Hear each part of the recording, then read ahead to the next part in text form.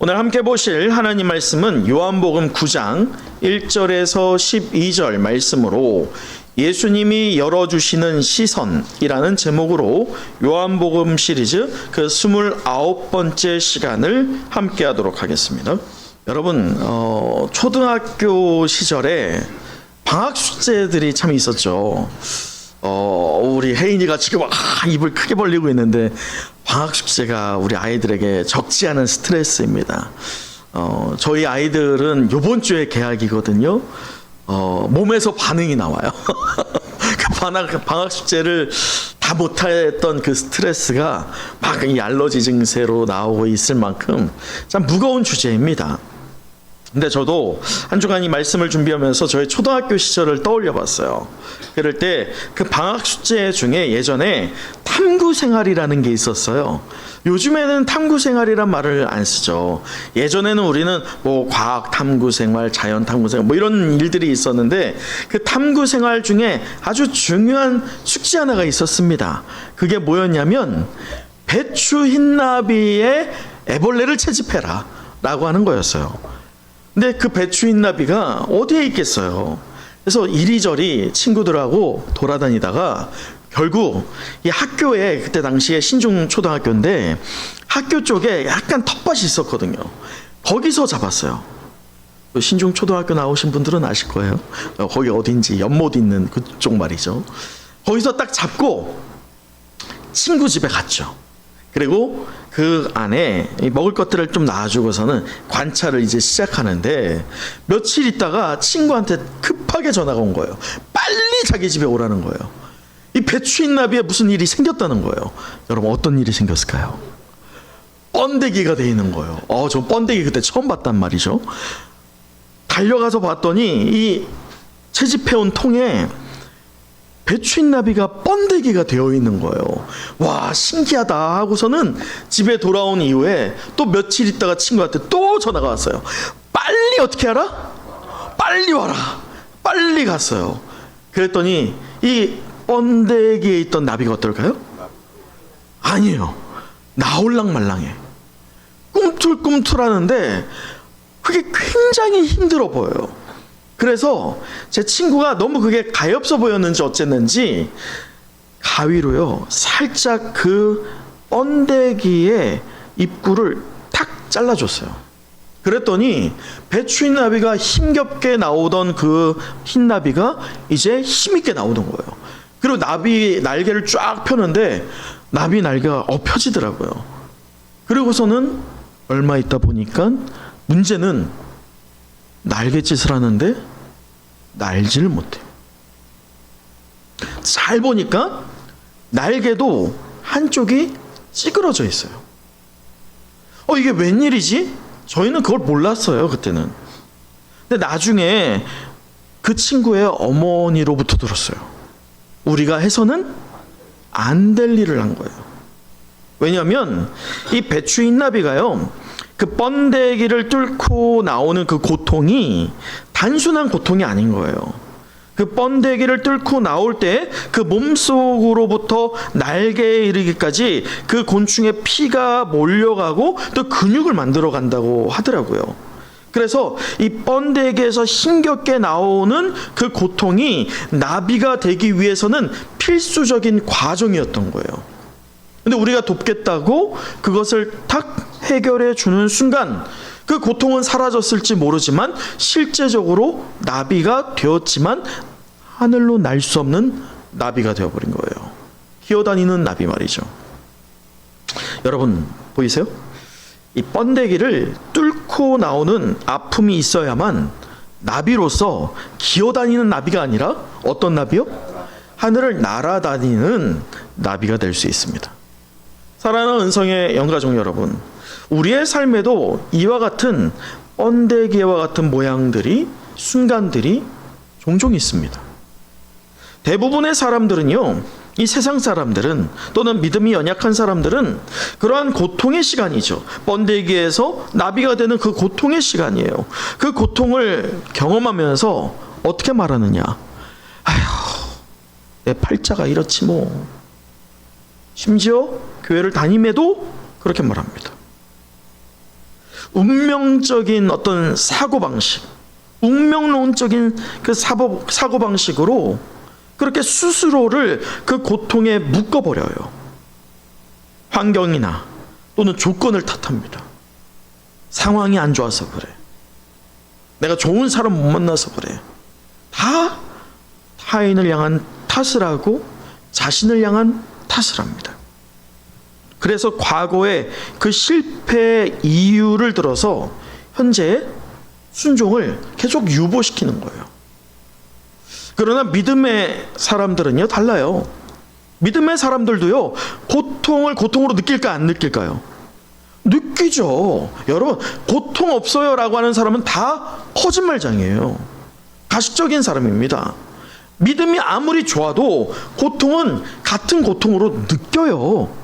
하지만 그 고통을 느끼면서도 하나님의 섭리로 그 고통을 해석해 가고 있어요. 이 같은 믿음의 시각은요, 환경을 탓하기보다는 환경을 사용하시는 누구를 봐요? 하나님을 보게 될 줄 믿습니다. 저는 여러분 모두가 우리의 상황이나 환경이나 남 탓이나 내 탓하는 것이 아니라 그 모든 환경과 상황과 사람을 사용하시는 하나님을 바라보는 여러분 되시길 간절히 축복합니다. 우리 앞뒤 좌우 보시면서 이렇게 축복해 보도록 하죠. 웃는 얼굴로요. 하나님을 바라봅시다. 할렐루야.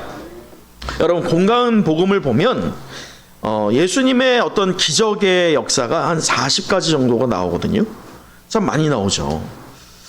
근데 요한복음은 그 40여 가지 중에서 딱 몇 개를 추렸어요? 기억하세요? 오랜만에 하니까 까먹으셨네. 7개입니다.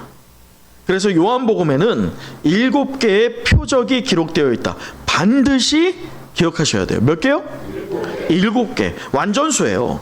요한이 그 완전수로 일부러 40여 가지 중에 7개만을 택했어요.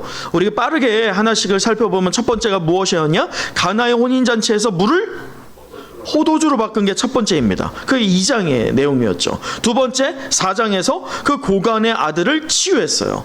가지도 않으셨는데 명령하셨죠. 돌아가면 나을 거야. 그런 치유함을 경험하였던 사건, 그게 요한복음 4장이에요.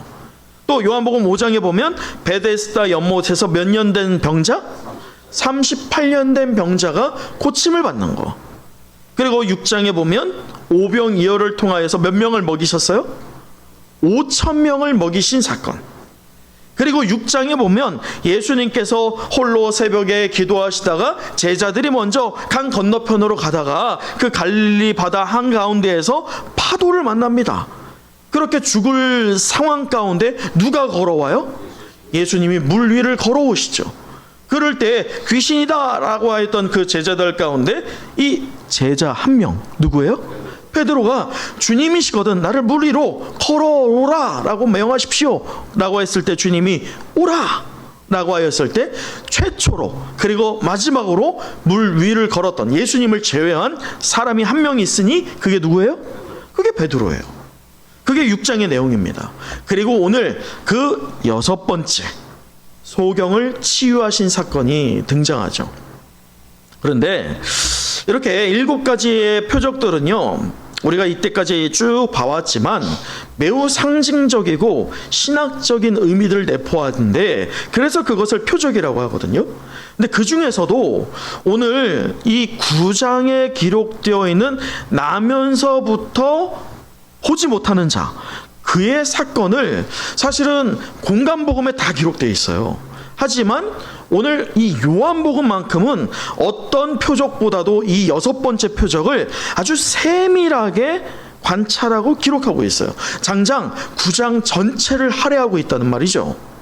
그래서 오늘 이 말씀이 우리에게 참으로 중요하게 와닿습니다. 왜냐? 자 보세요. 오늘 본문에서 소개하고 있는 날 때부터 맹인된 자 치유하심도 이 같은 맥락이에요. 하나님의 표적을 보여주는 거예요. 예수 그리스도가 누구냐를 보여주는데, 오늘 그렇다면 오늘 이렇게 중요하게 기록되어 있다라고 하는 6번째 표적, 날 때부터 맹인된 사람을 고치신 사건 가운데 감추어진 의도가 뭘까? 왜 한 장을 전체를 할애해서 이 한 명을 조명하고 있을까를 우리가 오늘 본문의 말씀을 통해서 해답을 찾아보는 시간을 가져보길 원합니다. 그래서 저는 오늘 이 시간요, 이 날 때부터 맹인된 사람을 치유하는 그 사건을 3가지 시선의 전환이라는 관점으로 바라보고자 합니다. 몇 가지요? 3가지. 그 시선의 전환이에요. 시선의 전환이라고 하는 것은 본래 바라보고 있던 그 시선의 방향을 어떻게 한다는 거예요? 바꾼다는 거예요. 그래서 첫 번째가 뭐냐? 고통을 보는 시선의 전환. 두 번째는 시간을 보는 시선의 전환. 마지막 3번째는 순종을 보는 시간의 전환. 이렇게 시간의 전환을 주님께서 오늘 본문을 통해서 아주 중요한 그 6번째 표적을 통해서 우리에게 분명한 방향을 전환을 요청하고 계세요. 그래서 이 3가지 시선의 전환을 통해서 우리가 이때까지 알게 모르게 가지고 있던 그런 운명론적인 사고방식을 이제는 벗어버리고, 남 탓하는 거나 내 탓하는 거, 그런 환경 탓하고 상황 탓하고 이런 모든 것들을 내려놓고 예수님이 열어주시는 시선으로 살아가기를 결단하는 이 시간 되기를 간절히 소망합니다. 자, 이제 우리 하나씩 살펴보도록 하죠. 그 첫 번째가 어떤 시선의 전환이요? 고통의 시선의 전환이에요. 우리 말씀을 한번 보도록 하죠. 먼저는 오늘 말씀이 쭉 흘러갈 때 그 시작부를 살펴봐야 돼요. 1절의 말씀이거든요. 우리 사건의 시작부대는 1절 함께 읽어보도록 하겠습니다. 시작. 예수께서 길을 가실 때 날 때부터 맹인된 사람을 보신지라. 여러분 보세요. 사건의 시작부에서 날 때부터 맹인된 사람이에요. 그를 예수님이 보셨다라고 표현합니다. 근데 이 헬라어는요, 사실 좀 어려워요. 왜냐면 짧은 단어 안에서도 남성, 여성, 현재, 과거, 미래 그것들이 다 내포되어 있기 때문이죠. 그리고 이중적인 의미도 굉장히 많습니다. 이 여기에서 말하는 보다라고 하는 것도 이중적인 의미로 많이 사용돼요. 그 헬라어로 이 보다는 오이다라고 하는 말이거든요. 그 오이다라고 하는 이 동사가 어떤 것을 말하냐면, 첫째는 말 그대로 보이는 것을 보는 거예요. 근데 두 번째, 숨겨져 있는 이중적인 의미가 또 중요합니다. 이 두 번째는 뭐냐면 알다예요. 꿰뚫어 보다예요. 다시 말해서 이것을 종합해 보자면, 예수님이 날 때부터 행인된 사람을 보신 것이 단순히 이 시각적인 정보를 통해서 보이는 것을 본 것도 있지만, 그럴 때 본 것을 어떻게 보았다는 거예요? 몰라서 봤다는 거예요? 아니에요. 그가 어떤 고통 가운데 있는지, 어떤 상황 가운데 있는지를 알고 보신 거예요. 다시 말해서, 쉽게 말하면 예수님께서 지금 길을 가시는데 우연히 그 길을 가다가 오늘 날 때부터 맹인된 사람을 만난 것이 아니다는 거예요. 예수님은 알았어요. 그의 고통이, 그의 상황이, 그가 저주받았다라고 사람들이 말하고 있는 환경을 다 아셨어요. 그 모든 것을 아신 채로 예수님께서는 일부러 누구를 만나기 위해서? 그를, 맹인을 만나기 위해서 그 길에 가셨다는 것을 의미합니다. 할렐루야. 여러분, 예수님의 계획에는 우연은 없어요. 그와 같이 우리가 오늘 예배에 나온 것도 결코 우연이 아닐 줄 믿습니다. 예수님이 우리를 만나 주시고자 이 예배 가운데 함께 하실 줄 믿습니다. 자, 그럴 때 주님이 능동적으로 보고 계세요. 작정하고 보고 계세요. 오늘 이 맹인을 보고 계시고 오늘 저와 여러분을 보고 계십니다.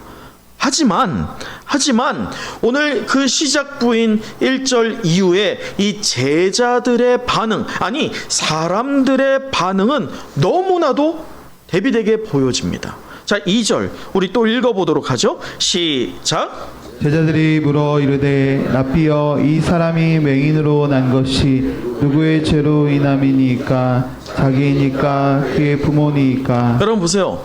이 사람이 맹인된 것이 누구의 죄로 인한 거예요? 라고 묻는 겁니다. 이 과거지향적인 질문이에요. 사실 이 고통의 원인 찾는 거 중요해요, 안 중요해요? 중요하죠. 이 고통이 무엇 때문에 왔지? 이 문제가 어떤 것으로 시작되었지? 어떤 재정적인 문제도 마찬가지예요. 이 재정적인 문제가 어디에서부터 기인했지? 이렇게 원인을 따져가는 것은 사실 저나 여러분이나 자연스러워요, 안 자연스러워요? 자연스러운 질문이에요. 오늘 보았잖아요. 제자들도 똑같이 보는 거예요. 근데 예수님이 보는 시점과는, 시선과는 같아요, 달라요? 다른 시선으로 보고 있어요.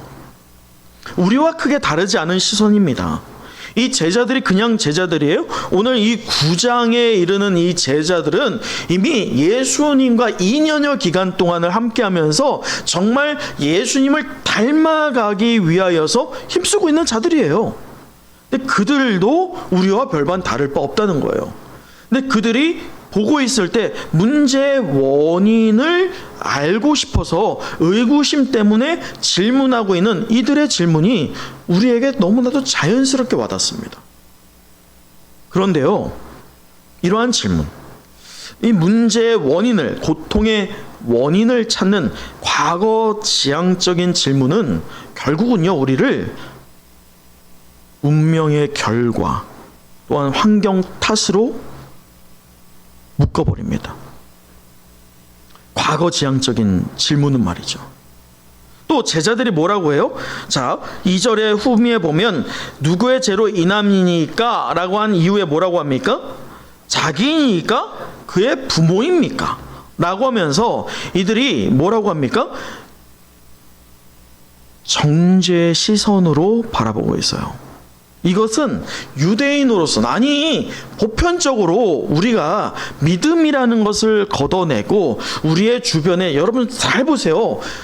여러분 동네에 몸이 불편한, 죄송해요, 표현으로 말하면 꼽주, 아니면 문둥병자나 우리의 눈에 어떤 혐오로 보여지거나 이상하게 보여지는 분들을 최근에 보신 일이 있어요? 없습니다.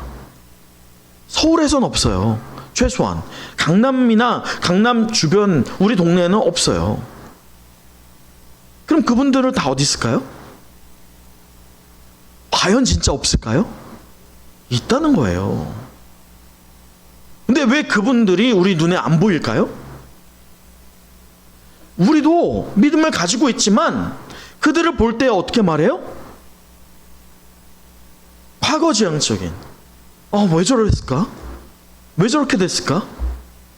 그러면서 알게 모르게 저 부모가 어릴 때 잘못했나 봐, 잘못 키웠나 봐, 떨어뜨렸나 봐, 뭔가 열병이 났는데 제대로 안 고쳤나 봐, 뭔가 탓을 하게 돼 있어요. 오늘도 우리 별반 다르지 않다는 거예요. 그 고통의 원인을 보는 눈이 우리도 그렇다는 거예요. 그런데요, 오늘 예수님의 반응은 단호합니다. 오늘 예수님께서는 3절 말씀하시는데, 3절 예수께서 대답하시되 이 사람이나 그 부모의 무엇으로 인한 것이 아니다? 죄로 인한 것이 아니다. 제자들의 과거 지향적인 질문을 원천 봉쇄합니다. 날 때부터 맹인된 사람이 겪고 있는 고통을 처벌이나 운명으로 환원하지 않으세요. 그리고 예수님이 뭐라고 하세요? 그에게서 누가 하시는 일을 나타내고자 합니다? 하나님이 일하시는 것을 나타내고자 합니다 라고 하면서 하나님이 그 사람을 통해서 어떻게 일을 하실지 미래지향적인, 하지만 그 미래지향적인 그 질문이나 그 시선이 누구에게 조명되어 있어요? 하나님이에요. 사랑하는 성형가정 여러분, 오늘 이를 통해서 우리가 어떤 고통에 있어서 시선의 변화가 있어야 될까요? 혹시 우리도 고통 가운데 있지 않으십니까? 종종 우리는 고통 가운데에서 항상 우리에게서 먼저 나오는 질문이 있어요. 여러분, 우리가 고통을 겪을 때 어떤 질문이에요? 왜? 왜 하나님 나한테 이런 일을 주십니까? 왜 나입니까? 왜에서 시작돼요. 우리의 모든 고통의 반응이 말이죠. 그러나 질문의 방향을 바꾸는 여러분 되길 원합니다. 왜에서 하나님이 어떤 일을 하시겠습니까? 로 바꾸세요. 또한 기도할 때 하나님, 주님 제게 이러지 마시고 이거 내게서 떠나게 해주세요. 중요한 기도이죠. 하지만 그런 원인 규명적인 기도에만 멈춰 있지 마세요. 중요한 기도이긴 합니다. 우리의 문제가 지금 당장 없어지는 것이야말로 우리에게 너무나도 중요한 문제이지만 더 중요한 문제가 있어요. 더 중요한 기도가 있어요. 그 기도는 무엇이냐? 목적 추구형이에요. 그 목적 추구형이 나의 목적 추구가 아닙니다. 그 기도가 무엇이에요? 주님, 내가 고통 가운데 있지만 이 고통을 통해서 어떻게 사용하시겠습니까? 나를 어떻게 사용하시겠습니까? 라고 하며 하나님의 목적에 부합하는 기도하는 그러한 기도의 틀을 바꾸는 여러분 모두가 되기를 간절히 축복합니다. 또한 둘째로서요. 둘째가 뭐예요? 시선의 변화예요. 시선의 전환. 그 시간을 향한. 자, 보세요. 4절 우리 같이 읽어볼까요? 시간을 향하여서 어떤 시선의 전환이 있을까? 4절입니다. 시작. 때가 아직 낮음에 나를 보내신 이의 일을 우리가 하여야 하리라. 밤이 오리니 그때는 아무도 일할 수 없느니라. 사실 4절을 보면 뭐 낮과 밤을 얘기해서 이게 무슨 말인지 잘 모르는 것 같지만 우리가 말씀을 잘 볼 필요가 있어요. 여기에서의 낮은 단순한 시간의 구분이 아니에요. 낮과 밤. 단순한 시간의 구분이 아니라는 거예요. 이것은 요한복음에서 얘기하는 아주 핵심 키워드가 몇 가지가 있어요. 그 중에 하나가 무엇이냐면 빛입니다. 그래서 여기에서의 낮을 빛과 연결시켜야 돼요. 그 빛이 무엇이냐? 여러분, 그 빛은 기회와 능력을 상징하거든요. 그럴 때 예수님께서 뭐라고 하셨어요? 자, 5절 같이 읽어볼까요? 5절입니다. 시작. 내가 세상에 있는 동안에는 세상의 빛이로라. 여러분 보세요. 운명론적인 그런 시선에서는 시간은요 어떻게 하는 거예요? 여러분, 군대에서는 항상 하는 말이 있어요. 군대에서 시간을 두고 하는 말이 있어요. 어떤 말이죠? 그럼에도 시간은 간다. 그 말이 무슨 말이냐? 내가 제대할 날짜는 딱 정해져 있다. 어떤 상황이 됐든 당신이 뭐라고 했든 시간은 간다. 결국 내가 제대할 날은 있다 라고 하는 거예요. 여러분, 우리가 살아가는 날들을 보세요. 군대는 딱 정해져 있어요. 근데 우리가 일하는 일터는 시간이 정해져 있어요? 아니에요. 무한이에요. 언제 끝날지 몰라요. 아니, 더 확장해 보자고요. 우리의 가정의 문제에 시간이 정해져 있어요? 아니에요. 그것도 제가 죽든지 내가 죽든지 누가 죽을 때까지는 끝나지 않아. 이혼을 하지 않고서는. 그렇지 않아요? 그런 상황이 우리에게 있어요. 그럴 때 시간을 바라볼 때 우리가 최소한 이러면 안 돼요.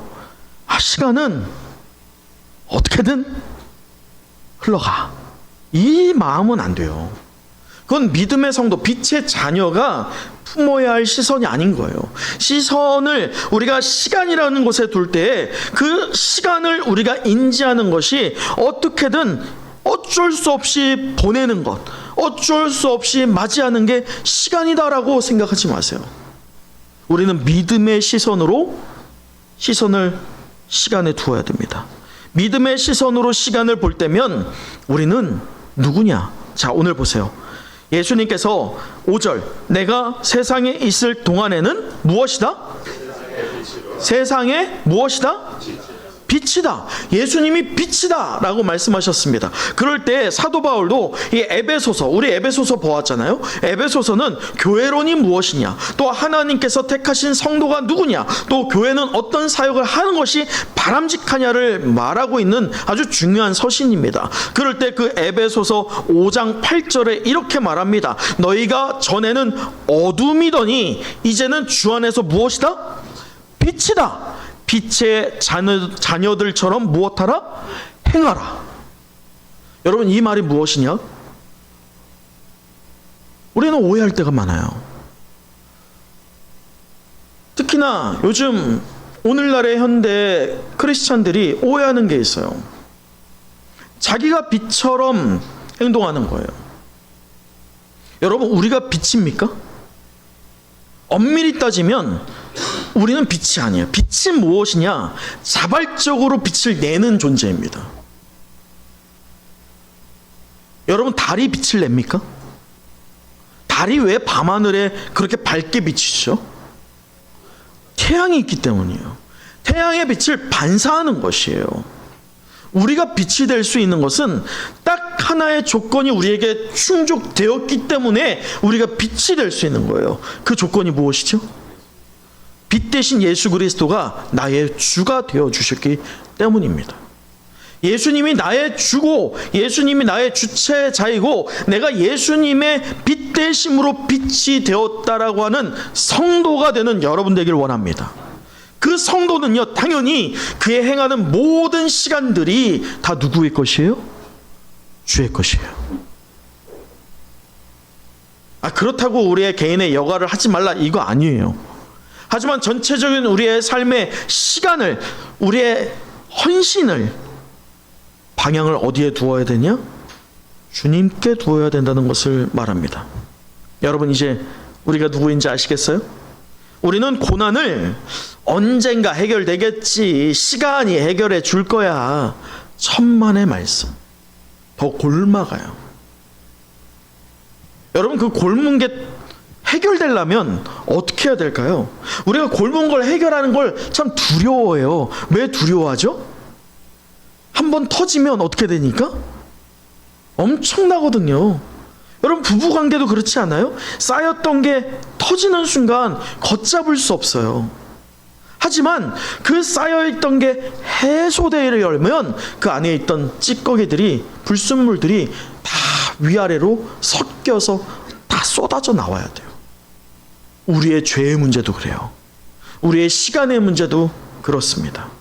그냥 시간이, 고통이 그냥 시간이 흘러가는 대로 해결되겠지가 아니라, 환경 탓으로 시간을 소모하는 것이 아니라 모든 주체 되시는 예수 그리스도를 의지해서 우리에게 허락된 시간을 무엇하는 데 힘써야겠어요? 복음 전하는 거예요. 그 복음 전하는 게 이제 세 번째 시선의 전환과 연결이 됩니다. 어떻게 우리가 복음 전하는 것이 맞을까? 거리에 나가서 또는 관계전도로 복음 전하는 것, 과연 그것이 정답일까? 오늘 그 세 번째 전환이 우리에게 퍽 도전이 됩니다. 세 번째 전환은 무엇에 대한 전환이에요? 순종이에요. 순종을 보는 시선의 전환입니다. 오늘 말씀 7절 함께 보시도록 하죠. 7절이에요. 시작. 이르시되 실로암 못에 가서 씻으라 하시니, 실로암은 번역하면 보냄을 받았다는 뜻이라. 여러분 보세요. 실로암 못에 가서 씻으라 라고 주님이 말씀하셨어요. 그런데 여러분, 오늘 이 장면을 상상해 봐야 돼요. 자, 보세요. 40여 종류의 예수님의 치유 사건 중에서 예수님께서 손을 대시고 고친 사건들이 있어요, 없어요? 있어요. 그 중에서도 예수님이 다만 손을 댄 게 아니라 복잡한 과정을 통해서 치유하신 사건은 오늘 이 6번째 표적되는 나면서부터 맹인된 자밖에 없어요. 다른 사건은 이렇게 아닙니다. 다만 손을 대시고 일으켜 세우든지 그렇게 하시지, 오늘 귀찮은 과정이 뭐예요? 6절이에요. 자, 보세요. 내가 세상에 있을 동안에 세상의 빛이다 라고 하면서 이 빛의 개념을 지금 알아요, 몰라요? 이 맹인이 모르죠. 빛이 뭔지 몰라요. 나면서부터잖아요. 여러분, 우리는 선천적인 맹인이 있고 후천적인 맹인이 있어요. 선천적인 맹인에게는 빛이란 개념이 없어요. 예수님이 내가 세상의 빛이야 라고 말씀하시고 말하는 바로 다음이 무엇이냐? 6절이에요. 이 말씀하시고 행위를 하십니다. 어떤 행위를 하세요? 땅에 침을 뱉어요. 그리고 그 땅이 이 모래죠. 이 이스라엘은 이렇게 좀 뭐랄까요? 석회가 섞여 있으면서도 이렇게 황토가 되어 있는 그런 땅이거든요. 거기에 침을 뱉고 진흙을 만드는 거예요.